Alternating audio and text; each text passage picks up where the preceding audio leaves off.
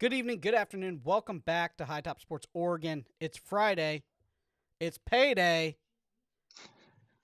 for Dan Lanning and an OC and a DC. That Nike money just running deep. Obviously, when you recruit the way that you do for Dan Lanning and the Ducks, and you have the success the first year in the Big Ten, like you have, good things happen. Good things happen. Yeah, it's something that Duck fans obviously wanted. Like Dan Lanning, people are gonna talk smack about him for various reasons. But I think I speak for all Duck fans when I say I'm absolutely ecstatic this deal got done. I know it's something they've been working on for a little bit of time. And like you kind of gave a little mention to there, it's like we also able to retain our OC and DC too. So we got a little continuity within the program for at least through 2027. Phil must have made a call to the Brinks man, and everybody got paid. Yeah, for sure. Had to do a couple shoe drops to wrap up that DC and that OC, which they did. Nike did. Jordan just dropped a couple shoes. They said we'll just do a couple drops and we'll get them taken care of too. And I think it feels good for Ducks fans because in the past, coaching retaining is something that has always seemed to fly away from the Ducks. Good coaches start having a little success, and then some of these other programs go ahead and snatch them out of Eugene. Obviously, we had the Bama scare last year and a half ago or so, and Dan Lang was definitely on the hit list for that. I think maybe again, it's there's a little bit of talks of NFL and stuff like that. I think Phil Knight said, "Hey, hold on, let's lock these guys in for a while." Oh yeah, you throw top five coaching money in front of a man. I think that's a real quick way to kind of ensure that those NFL rumors kind of go away quietly.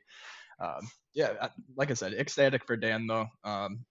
He brings a ton of juice to the program. Excuse me, and kind of like you said, Oregon fans, we've been burned a little bit by head coaches in the past. A guy like Mike Bellotti, he was with the program for a very long time. Chip Kelly comes in, takes over in that regard. Obviously, bolts for Philly at a point. Mark Helfrich comes in.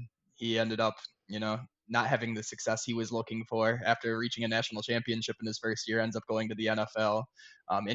Slick Willie Taggart, makes all these. He says, "Hey, I love you. I'm not leaving Eugene." And I'm talking like 8 hours later, he announces he's going to Florida State. So we had that. Obviously, with Mario, we had a very similar instance where the day before it was announced, he's like, "I'm absolutely not going anywhere. I'm telling you this." Da, da, da, da. Next day rolls around, he's bolting for Miami.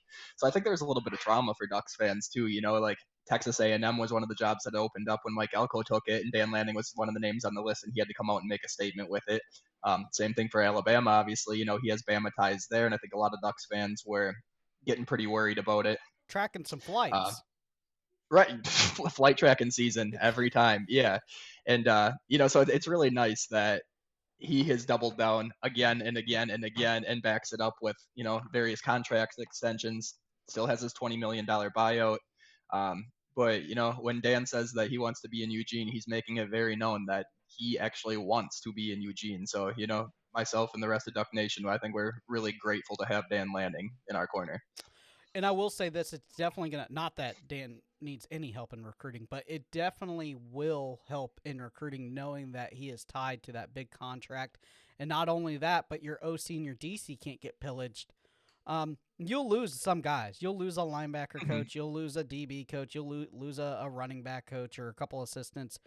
That's obtainable to do. But when you start losing OCs and DCs every year, that starts chinking the armor. And I think it was very smart that obviously Dan probably said, "Hey, if we're gonna do this deal, we need to make sure that my two guys on the OC and the DC side are well taken care of also."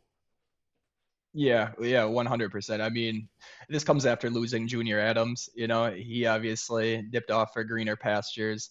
Um, and, it's one of those things where Will Steins, his name was one of the names in the running for, multiple, albeit low level, FBS jobs. But, to be able to take the step at such a young age, I believe he'd be one of the youngest coaches in college football if he did end up deciding to leave. And I know there was quite a bit of smoke around that one. There's been a little smoke around Tosh, kind of moving on finally, maybe heading back to the NFL. So I think it's a really nice, little mental piece that Ducks fans are able to have for a little bit at least. Like you said, there's still obviously the potential where, maybe it's 2028 and Dan Lanning gets a job offer he can't refuse somewhere else, and they're willing to pay that $20 million buyout and move on. I mean, that's just kind of the way she goes. Um, but like you said, with recruiting especially, I think this is going to end up paying dividends too. Obviously all the recruits, they're very vocal about, how Dan is to them and how they feel about him and how he treats them and such. But being able to retain that OC and DC position, I think that's going to end up paying almost equal dividends in that department as well. You're not going to have one of these, a 5-star receiver coming in, for example, who, the entire time throughout his recruitment, he's like, okay, Will Stein offense, Will Stein off, Will Stein offense. And then one day he wakes up and he's like, oh, Will Stein's gone. Now what? Yeah. You don't have to worry about that anymore. And that's kind of what I was talking about when I said, finally there's a little bit of continuity in the program where you take those primary pieces and you're able to kind of retain those. And, like I said, it hurts losing a guy like Junior Adams, the wide receiver coach. Last year, we lost Coach Locke to Ohio State. But like you said, those things are going to happen. Yeah. Those assistant jobs, those position coaches, assistant coordinators, those type of things. Like if they're going to end up moving up, it's not going to be at a program necessarily like Oregon unless there's a firing and they decide to hire within or whatever the case is. Um, that's going to happen. However, if you're able to retain, the mainstays, the staples of that coaching staff, like I think it's going to pay massive dividends for Oregon, especially in the recruiting department. Yeah, Nick Saban said it himself. He said it just got to the point. It wasn't even the players; it was trying to retain coaches, because they would have success at Alabama for 1 year or 2 years, and then they would be pillaged. And he said, Mm-mm. that is the fault of why they kind of had a downward slide." He said, "I was doing too much. I think I didn't have the coaches that I had in previous years. I wasn't able to backfill them like I used to, and it just Mm-hmm. got younger and younger and younger, and I couldn't do it all anymore." And so that's what you do not want. And we see a lot of movement of coaches, OCs and DCs going to rivals and all kinds of crazy stuff.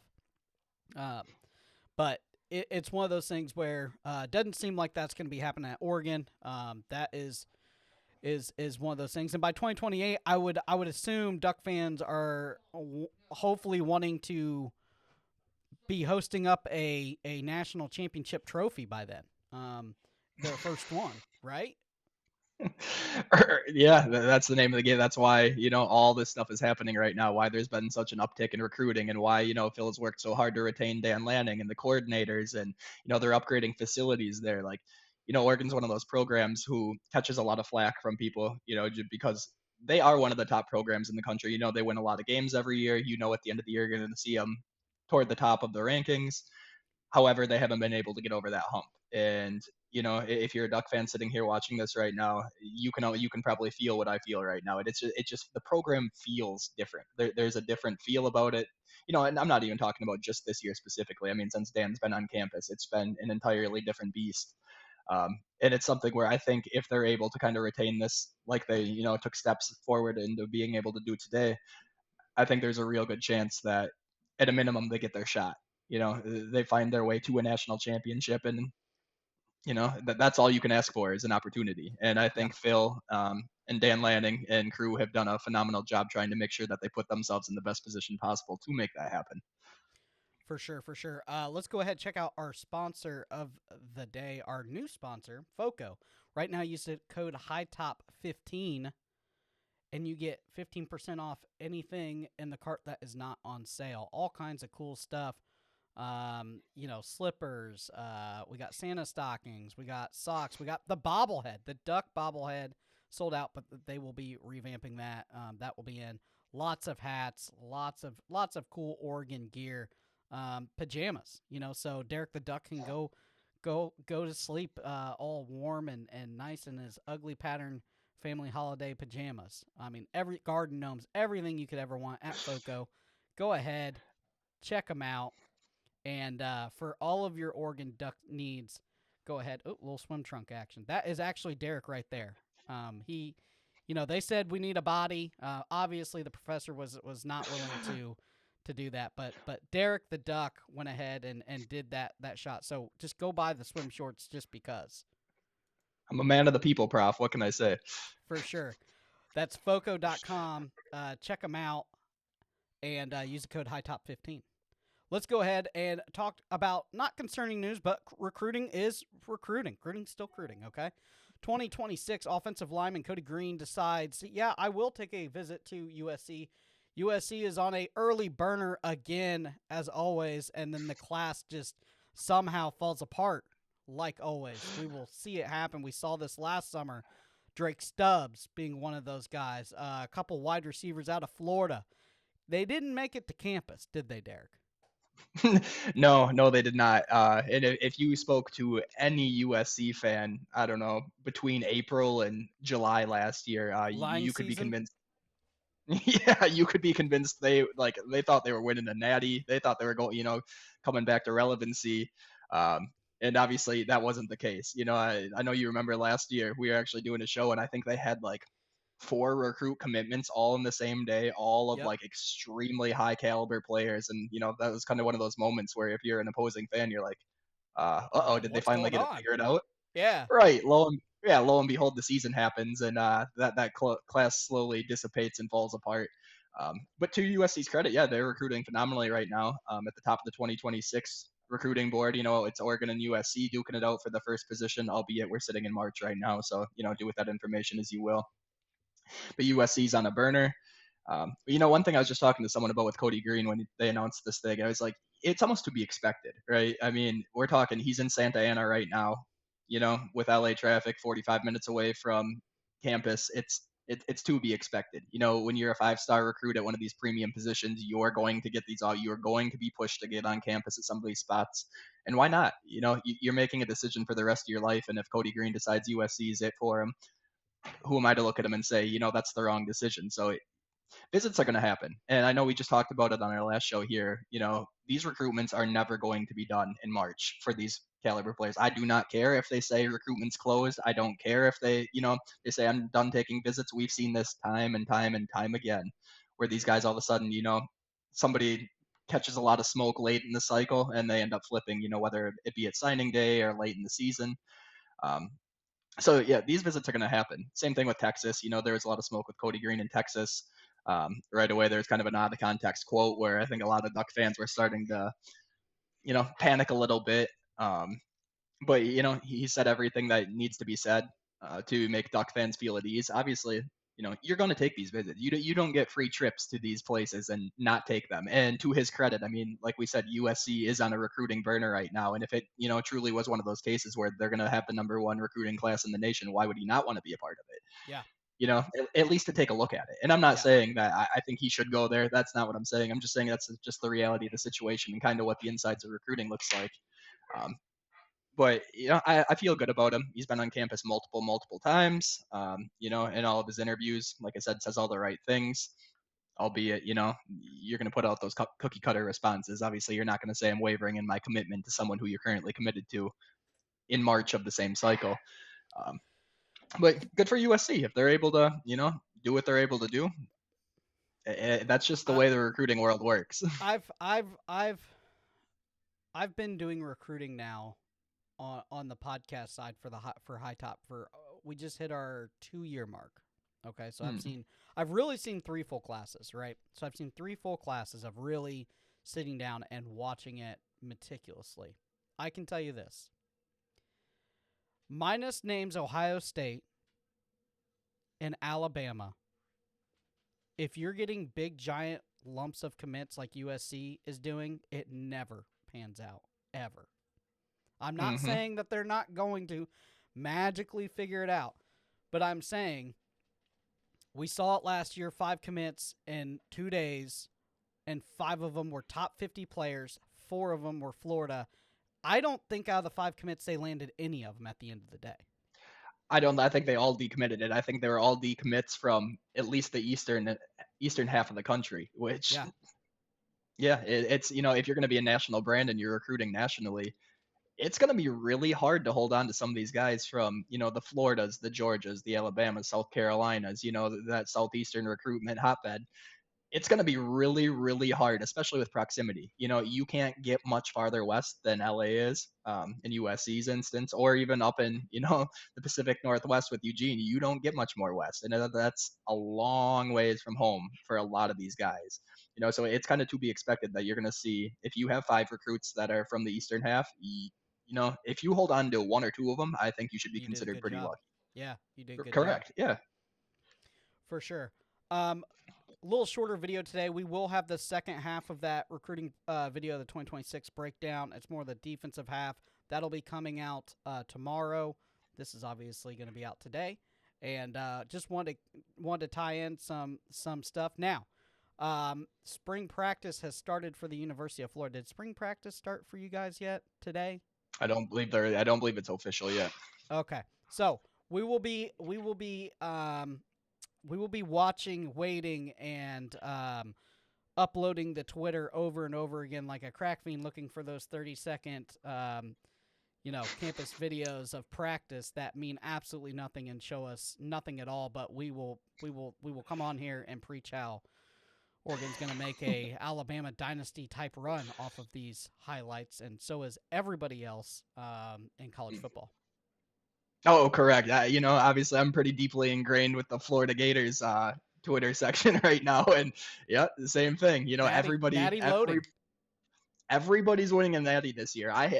Everybody is winning a natty in the off season. Yeah, yeah. Yeah, they just come out bigger, faster, stronger every single year from that weight and conditioning program, and it's electric. Okay.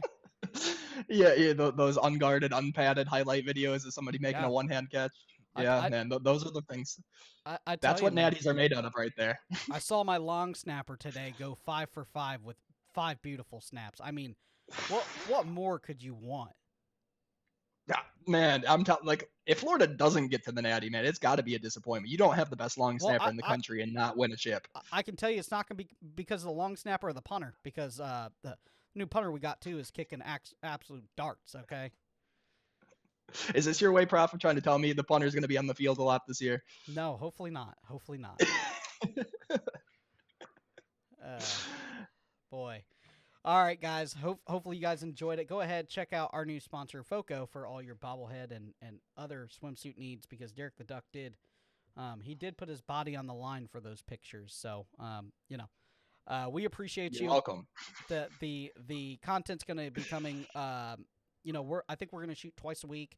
And then if anything breaks, we'll be on it for sure. And I thought today was newsworthy with all the breaking news. Absolutely, man. There's nothing I love more than sitting down in front of the camera and preaching good news to the Duck fans. Hey, it's better than bad news, okay? It's better than Dan Lanning went off to the NFL in the middle of the night. Because I would be cooked in the comments if that happened. So, yeah, I like giving the positive news. Everybody's a lot nicer. For sure. All right, guys, we're going to go ahead and wrap it up. I'm Cody the Professor. We have Derek the Duck, as always, and we will see you later.